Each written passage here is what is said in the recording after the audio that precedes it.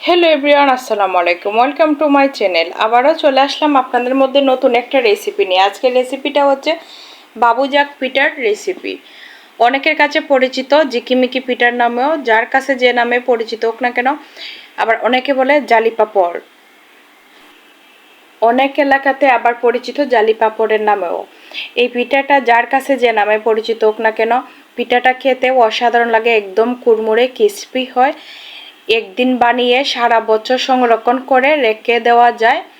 যে কোনো সময় আপনারা বিকেলবেলা চায়ের সাথে অথবা নাস্তা হিসেবেও খেতে পারেন। যে কোনো সময় জটপটে ভেজে অথবা বাসাতে মেহমান আসলেও আপনারা পরিবেশন করে দিতে পারেন।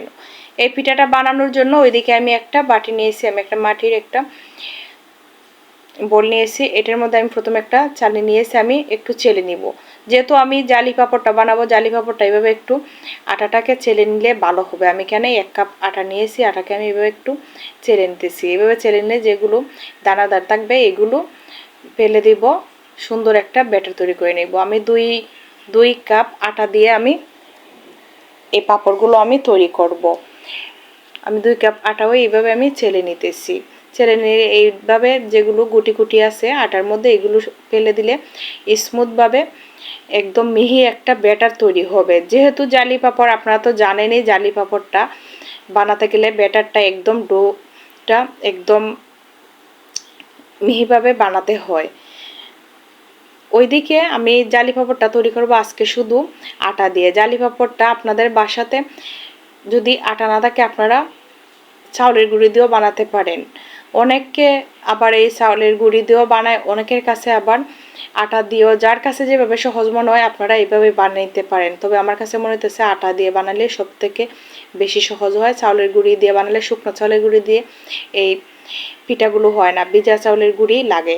সব সময় একটু শিলপাটায় অথবা ব্লেন্ড করে বানিয়ে নিলে পিঠাগুলো সুন্দর হয়।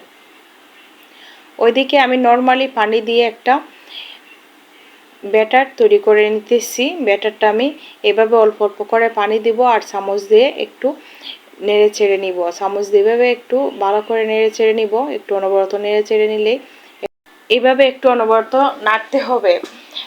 আর পানিটা আমি পরিমাণ মতো দিয়ে দিব, অল্প অল্প করে। এই ব্যাটারটাকে একটু পাতলা করে তৈরি করতে হয়, বেশি গাঢ়ও না আবার পাতলাও না। আমি এইভাবে করে আমি ব্যাটারটা তৈরি করে নিব। জালি পাঁপড়ের ব্যাটারটা এইভাবেই তৈরি করতে হয়। একটু হাতে সময় নিয়ে এইভাবে একটু নেড়ে ছেড়ে ব্যাটারটা আপনারা তৈরি করে নেবেন, তাহলে একদম পারফেক্টভাবে হয়ে যাবে। ওইদিকে দেখেন আমি এখন চামচ দিয়ে এইভাবে তুলে নিতেছি। এইভাবে তুলে নিলে বুঝবেন যখন এইভাবে ঘন হয়ে সুন্দর হয়ে পড়বে, আপনারা বুঝে নেবেন একদম পারফেক্টভাবে ব্যাটারটা তৈরি হয়েছে। আমি ওইদিকে আর একটা কাপ দিয়ে এইভাবে একটু দেখে নিতেছি কেমন হয়েছে। আর আমি বড় সাইজের কাপের মধ্যে আমি 2 ভাগ করে নিতেছি। আমি এখানে 3 ভাগে ভাগ করে নিব আর 2 ভাগ আমি তুলে নিতেছি। আমি ফ্রুট কালার ব্যবহার করব। একটার মধ্যে আমি অরেঞ্জ ফ্রুট কালার দিব আর একটার মধ্যে আমি গ্রিন ফ্রুট কালারটা আমি দিতেছি। ফ্রুট কালারটা না দিয়ে আপনারা এমনিতেও বানিয়ে নিতে পারেন, এমনিতে বানিয়ে নিলেও খেতে পারবেন। ফ্রুট কালারটা দিতেছি আমি শুধু দেখার সৌন্দর্যের জন্য, এতে কোনো স্বাদের কোনো এয়ারপেন নাই, শুধু দেখতে সুন্দর লাগবে তার জন্য। আপনাদের বাসাতে ফ্রুট কালারটা না থাকলে আপনারা এইভাবে নর্মালিভাবেও বানিয়ে নিতে পারেন। ওইদিকে আমি 3 ভাগে ভাগ করে নিতেছি আর ওইদিকে আমি ভাগ করে নিয়ে আমি ওই বাটিটাকে আমি একটু সরিয়ে নিতেছি, মাটির যে বাটিটা ওইটা। ওইদিকে দেখেন আমি কালারটা দিয়ে দিতেছি। এখানে আমি নিয়েছি অরেঞ্জ ফ্রুট কালারটা, এটাকে আমি দিয়ে এইভাবে একটু নেড়ে ছেড়ে নিব। এই কাপটা দিয়েই একটু নেড়ে ছেড়ে নিয়ে এভাবে আস্তে আস্তে করে আমি ফ্রুট কালারটা মিক্স করে নিতেছি ব্যাটারের সাথে। তো বন্ধুরা, আশা করি আপনাদের আমার এই বাবুজাক পিঠার রেসিপিটা ভালো লাগবে। একদম সহজ উপায়ে আপনাদেরকে আমি বানিয়ে দেখিয়ে দিব বাবুজাক পিঠার বানানোর রেসিপিটা। তো বন্ধুরা, আশা করি আপনাদের ভালো লাগবে আমার এই বাবুজাক পিঠার রেসিপিটা। ওইদিকে দেখেন আমি একটা যেগুলো বাজারের থেকে আনে, বাজার পলিথিন ব্যাগ, ওইগুলো আমি একটা নিয়ে এসেছি। এটার মধ্যে আমি ব্যাটারটা আমি নিয়ে নিব। এটার মধ্যে আমি ব্যাটারটা নিয়ে আমি পলিথিনটাকে এইভাবে ভালো করে একটু বেঁধে নিব। তো বন্ধুরা যারা যারা এই ধরনের পাঁপড় অথবা রঙিন রঙিন পিঠা পছন্দ করেন, আমার এই আইডিতে অনেকগুলো নিত্য নতুন আধুনিক সুন্দর ডিজাইনের পিঠার রেসিপি আছে। এইগুলো পিঠা যারা পছন্দ করেন আপনারা দেখে আসতে পারেন আমার এই আইডিতে। অনেকগুলো আরও এই ধরনের ভিডিও আছে। সব সময় চেষ্টা করি আমার এই আইডিতে সবসময় শুধু নিত্য নতুন পুল পিঠা এবং পাঁপড়ের রেসিপি শেয়ার করার জন্য, সহজ সহজ ভিডিও শেয়ার করার জন্য। ওইদিকে দেখেন আমি ব্যাটারটাকে আমি পলিথিনের মধ্যে এভাবে নিয়ে একটু বেঁধে নিয়েছি। স্লো ফ্লেমটা ধরে আমি অল্প একটু তেল আমি পাইপে নিয়ে দিয়েছি। এখন একটু এভাবে একটু তেলটাকে একটু লাগিয়ে নিতেছি। আমি হাতের কাছে ব্রাশ ছিল না, ওই জন্য আমি কন্তি দিয়ে এইভাবে একটু লাগিয়ে নিতেছি তেলটা। এখন আমি ওই যে পলিথিনের মধ্যে ব্যাটারটা নিয়েছিলাম, ওইদিকে আমি অরেঞ্জ ফ্রুট কালারটা আমি নিয়েছি আর একটা পলিথিনও, এটা আমি অরেঞ্জ ফ্রুট কালারের যে ব্যাটারটা আমি নিয়েছি পলিথিনও, এটাতে আমি পরে বানাবো। এখন আপনাদেরকে আগে গ্রিন কালারের যে ব্যাটারটা নিয়েছি পলিথিনও, ওইটা দিয়ে আমি বানিয়ে আপনাদেরকে দেখিয়ে দিতেছি। পলিথিনের মুখটা একটু হালকা কেসি দিয়ে আমি কেটে নিয়েছি। কেটে নিয়ে আমি পিঠাগুলো আমি এভাবে আমি বানিয়ে নিতেছি। আশা করি আপনারাও আমার মতন এইভাবে একদম সহজে বাবুজাক পিঠাটা বানিয়ে নিতে পারবেন। দেখেন পিঠাটা দেওয়ার সাথে সাথেই 30 সেকেন্ডে পিঠাটা তৈরি হয়ে গিয়েছে। এখন আমি সুন্দর করে একটা বাজ করে নিতেছি। আমি ত্রিভুজের মতন একটা বাজ করে নিতেছি। আপনাদের ইচ্ছা মতো আপনারা বাজ করে নিতে পারেন, যার যেভাবে ইচ্ছা এইভাবেই করে নিতে পারেন। অথবা আপনারা যদি মনে করেন আমার থেকে আরও সুন্দর বাজ করে নিতে পারেন, এতেও আরও সুন্দর করেও বাজ করে নিতে পারেন। আবার যদি আপনারা আমার এই বাজটা ভালো লাগে এইভাবেও করে নিতে পারবেন। পাঁপড়গুলো সুন্দর করে বাজ গরম অবস্থায় এইভাবে বাজ করে নিব। গরম গরম অবস্থায় এইভাবে পিঠাগুলো বাজ করে নিলে ভালো হয়। বাজ করে এইভাবে একটু হালকা একটু চেপে নিব। দেখেন একদম সহজ উপায়ে আমি আপনাদেরকে বাবুজাক পিঠাটা বানানো দেখিয়ে দিয়েছি। আশা করি আপনারাও ওইভাবে বানিয়ে নিতে পারবেন।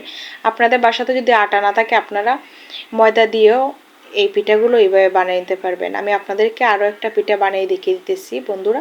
তো বন্ধুরা এই মুহূর্তে যারা যারা আমার এই ভিডিওটা দেখতেছেন সবাইকে অসংখ্য ধন্যবাদ জানাইতেছি। আর যারা যারা আমার ইউটিউব চ্যানেলটা সাবস্ক্রাইব করে রাখছেন সবাইকে অনেক অনেক ভালোবাসা জানতেছি। তো বন্ধুরা সবার কাছে অনুরোধ করতেছি এই মুহূর্তে যারা যারা দেখতেছেন এখন আমার ইউটিউব চ্যানেলটা সাবস্ক্রাইব করে নিন প্লিজ। সবাই আমার ইউটিউব চ্যানেলটা সাবস্ক্রাইব করে আমার পাশে থাকবেন। আর যারা মনে করেন আমার এই ভিডিওটা আপনাদের একটু উপকারে আসতে পারে প্লিজ সবার কাছে অনুরোধ করতেছি আপনারা সব সময় আমাকে সাপোর্ট করবেন আর একটা লাইক দিয়ে সাথে থেকে যাবেন।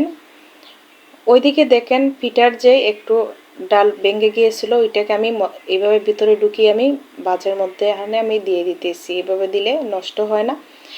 আপনারা পিঠাগুলো বাজ করে নিতে পারবেন মধ্যখানে দিয়ে এই ছোটো ছোটো ডালগুলো যেগুলো এক্সট্রা থাকে। আমি দুটো পিঠা আপনাদেরকে বানিয়ে দেখিয়ে দিতেছি। আমি সবগুলো আজকে একইভাবে আমি বাজ করে নিতেছি। আপনারা আপনাদের ইচ্ছে মতো বাজ করে নিতে পারবেন। আটা দিয়ে তো সুন্দর করে বাবুজাক পিঠা তৈরি হয়, আপনারা ভিডিওটা না দেখলে বুঝতেই পারবেন না। তো দেখেন আমি পিঠাগুলো বানিয়ে নিয়েছি। ওইদিকে আমি অফ ক্যামেরায় সবগুলো পিঠা আমি তৈরি করে নিব। অফ ক্যামেরায় আমি সবগুলো পিঠা আমি তৈরি করে নিয়েছি। আমি এখন রোদ্রে শুকিয়ে নিব। এগুলো পিঠা রোদ্রে বেশি শুকাতে হয় না, গড়ি ধরে 1 ঘন্টার মতন শুকালেই পারফেক্টভাবে শুকিয়ে যায়, একদম পাতলা হয় এগুলো পিঠা। তার জন্য ওইদিকে দেখেন মাশাআল্লাহ আমার সবগুলো পিঠা রোদ্রে শুকানো হয়ে গিয়েছে। তো বন্ধুরা এই পিঠাগুলো আমি ডুবো তেলে বেজে নিব। পরবর্তীতে আমি এখন সংরক্ষণ করে রেখে দিব। এইগুলো পিঠা আপনারা যারা কিভাবে বাজে বুঝতে পারেন না আমার এই আইডিতে বাবুজাক পিঠার নামে আরও ভিডিও আছে, আপনারা দেখে আসতে পারেন। আশা করি আপনারা একদম সহজেই বুঝে যাবেন পিঠাগুলো কিভাবে বাজে। পিঠাগুলো ডুবো তেলে ভেজে নিতে হয়। তেল পিঠা যেভাবে বাজে এইভাবে দিলে পরেই ফুলে একদম ডাবল হয়ে যায় পিঠাগুলো। তো বন্ধুরা এইভাবে সবসময় চেষ্টা করি আপনাদের মধ্যে নিত্য নতুন সহজ সহজ ভিডিও নিয়ে হাজির হওয়ার জন্য। আবারও আপনাদের মধ্যে হাজির হব নিত্য নতুন ভিডিও নিয়ে। আল্লাহ হাফেজ।